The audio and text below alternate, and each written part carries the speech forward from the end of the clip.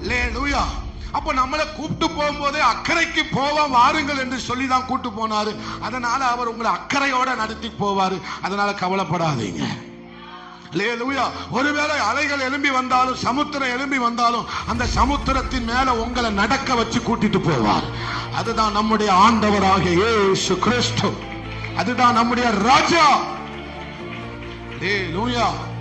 அவருடைய ராஜாங்கத்துல அவருடைய ராஜ்யத்துல நீங்கள் கடலின் மேல நடப்பீர்கள், தண்ணீர்கள் மேல நடப்பீர்கள், அக்கினியின் ஊடே நடப்பீர்கள், பிரச்சனையின் ஊடே நடப்பீர்கள்.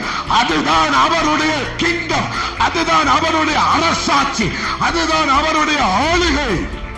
அல்லேலூயா. அவருடைய ராஜ்யத்தின் பிள்ளைகளா இருக்கிற நான் எது மேல நடப்பேன்? தண்ணீர்கள் மேல நடப்பேன். நான் யாரு? ராஜ்யத்தின் பிள்ளை. அதனால நான் எது மேல நடப்பேன்?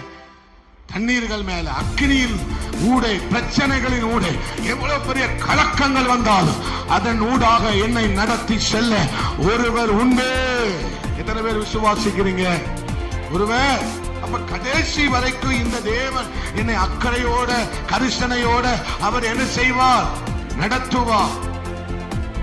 என் வாழ்க்கையை குறித்து அவர் ரொம்ப அக்கறை உள்ளவராக இருக்கிறார். எங்க அன்பு இருக்கோ அங்க அக்கறை இருக்கும். எங்க அன்பு இருக்கோ அங்க அக்கறை.